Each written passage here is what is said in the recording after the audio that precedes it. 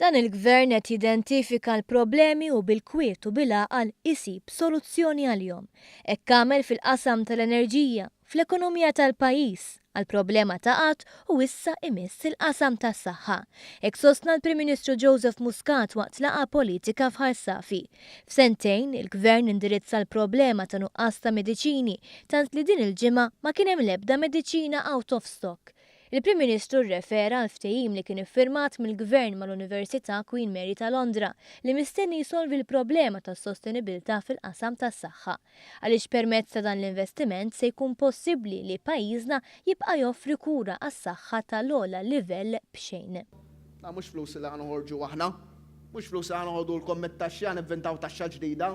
Għana jgħidulhom tuna l-flus. Tuna 200 miljun. Bil-200 miljun ta'kom, ħankunu qegħdin. Bil-200 miljun ta'kom ħankunu qegħdin. Nibnu sptar ġdid f'Għawdex. Nirranġaw St. Luke's. Joseph Muscat sostna li l-gvern mhux biss se jkun qed isolvi l-problemi fil-qasam tas-saħħa iżda li pajjiżna se jkun qed jieħu vantaġġ minn din l-isħubija strateġika ma' din l-Università ta' preġġju mondjali.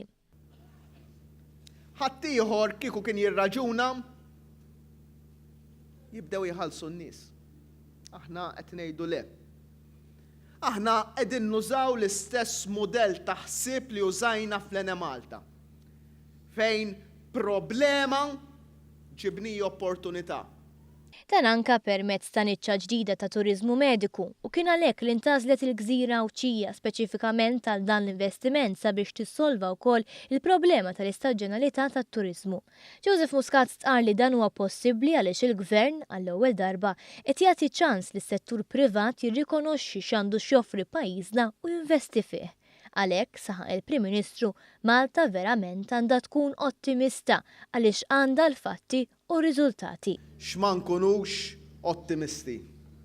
X'ma nkunux ottimisti meta qegħdin naraw il-frott ta' dak illi żrajtu intom sentejn ilu issa beda jidher u beda jinħasad.